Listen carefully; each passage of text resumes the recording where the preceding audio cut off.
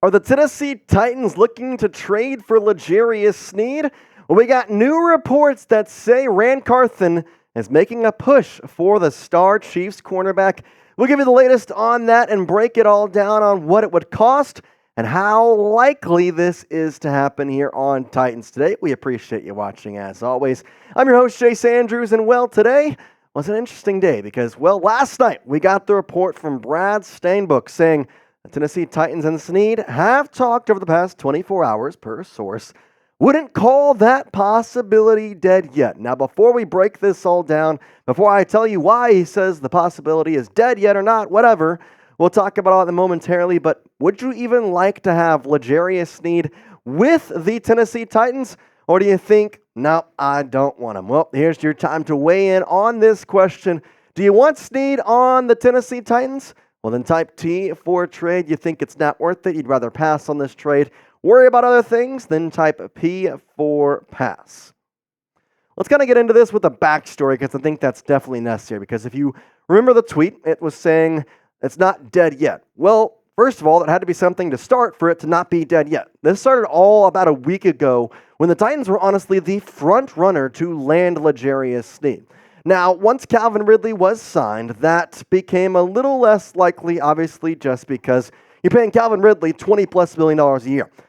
Guess what Mr. Sneed would cost? $20+ million a year. And so people kind of just assumed that the Titans would not want to pay two players more than $20 million a year for the next 2 or 3 years. Well, maybe, but they also have a lot of money. Now, this comes back from the report a week ago from Stainbook, who had this tweet saying, source, the Tennessee Titans have emerged with serious interest in signing cornerback L'Jarius Sneed. Talks will continue, but Tennessee is very interested. Now, obviously, you have to put him on a contract with the tag and trade. That's what the whole point of it is. But you also have to give the Chiefs something that would make them want to give up L'Jarius Sneed. So what were the Titans offering up? They're offering up a third-round pick. At least that's what Stainbook said. Third-round pick has been discussed. Sources say this was obviously right after he talked about the report of the Titans being interested. There's only one problem with this. They don't have a third-round pick in 2024. There is none. That pick was traded last year to move up and select Will Levis in round 2, which obviously, to me, seems like a pretty good use of your third-round pick to go get up and potentially get a franchise quarterback. Now, this is not to say the trade is dead, because I think that what was probably discussed was a 2025 third-round pick. Will the Chiefs accept that?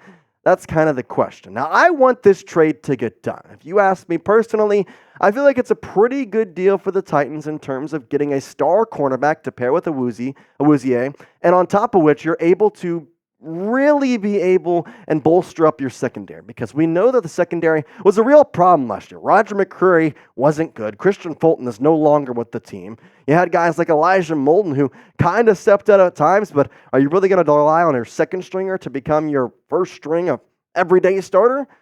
I don't know. And L'Jarius Sneed, he could be an everyday starter. This past season, he was absolutely exceptional, allowing a completion percentage just less than 52%. Only 406 yards allowed, 0 touchdowns in the regular season. He only allowed 1 in the entire season, that one on a back shoulder pass with the Bills game in the divisional. 14 pass breakups, 2 interceptions, and a QB rating at 55.9. And if you're looking at this and saying, Jace, this is all great, but are we sure this is going to be sustainable?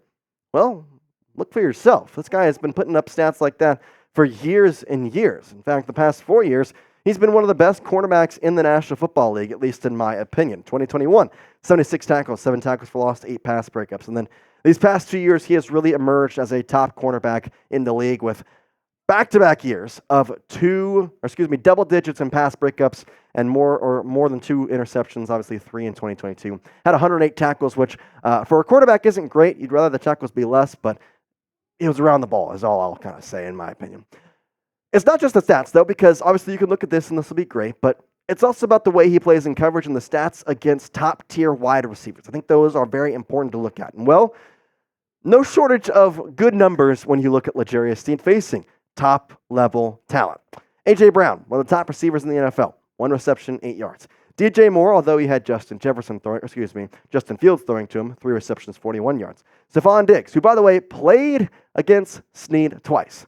This was the better stat line. 4 receptions, 24 yards. The previous one was 3 receptions for 23 yards. And then Justin Jefferson, I will kind of point out, Jefferson did get hurt late in this game, so kind of a little bit of an asterisk on it, but still, 3 receptions and 28 yards for a guy who got hurt in like the fourth quarter, and you're classifying Jefferson as the best receiver in the NFL. I'll take that any day of the week. Now, the trade that was proposed, at least in my head, and what I think would be good for the Titans is this. The Titans received L'Jarius Sneed, then the cornerback, and the Chiefs received the 2025 third-round pick from the Tennessee Titans. I've heard some reports say that Chiefs already accepted this trade, and it was about paying L'Jarius Sneed. I've heard other reports saying the Chiefs did not want this. They want a second-round pick at least. So, in some ways, the Titans may have to add in a 6th-round pick this year to maybe fruit up the deal, I guess is the best way to say it. But I will say, it's not just going to be a 3rd-round pick that you're giving up for Sneed. You will have to pay him. You're going to have to give him a pretty decent-sized contract, probably one that will break the cornerback market. Now, I know what you're thinking. Is it really worth it? Is that the way the Titans should go? Well, guess what? I think it's probably going to be worth it, considering you have a good chunk of money still left in your bank account. Now, what exactly is breaking the market for a cornerback? Well, L'Jarius Sneed, who has said he wants to reset the market, is asking for $20 million plus per season. Now, I've heard recent reports, again, all rumors. I can't tell if they're true or not. From hard facts that I have heard, the Titans and the Chiefs have been in discussion. From rumor side of things, the Chiefs have agreed to the deal and not agreed to the deal, and that the Titans are offering L'Jarius Sneed $22 million a year. There's a lot of things that kind of have to go into this, and honestly, there's a lot of big journalism names that we have to go look for, and just honestly some doofuses on Twitter that we look at and think, maybe this has a backbone, maybe it doesn't. But ultimately, guess what? I want to report everything on this show, and this is what I got as hard facts. He wants $20 million plus a year, and I think he's worth it. I think that overall, he is a top-tier cornerback in the NFL, and if you're looking to bolster up a secondary that was really, really struggling in the latter half of the season in 2023, this would be an easy way to do it. Is it worth it, though, to pay him that much? I think that's the question you have to ask yourselves, and I think Rand Carthon has to ask himself.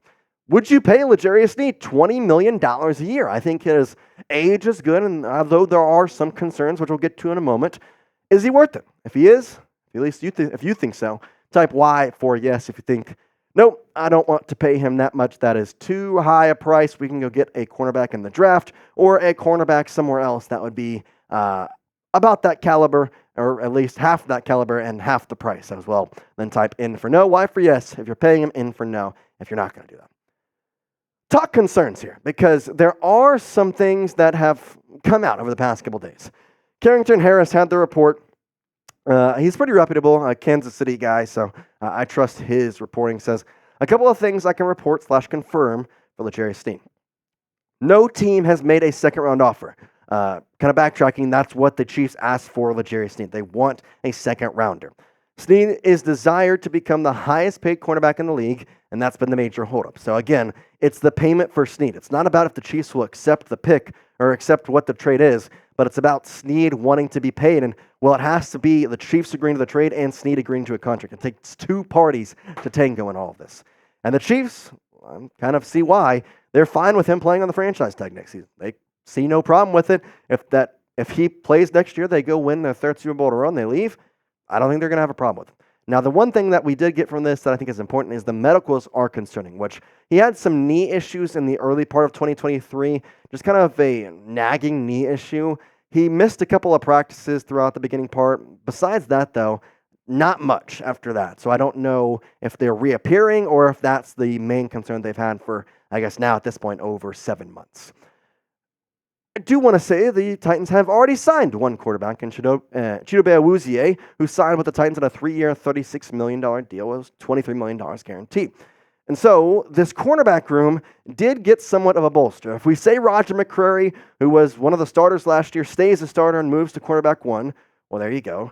Chidobe Awuzie goes to cornerback 2. Elijah Moulton, who can play in a lot of different places. I put him in the nickel here. I don't know if he would be willing to play there, but honestly, given the Titans are changing their entire coaching staff, and then Art Wilson, who coached secondary for the longest time, I don't really have a full-blown plan or idea of what they're going to do.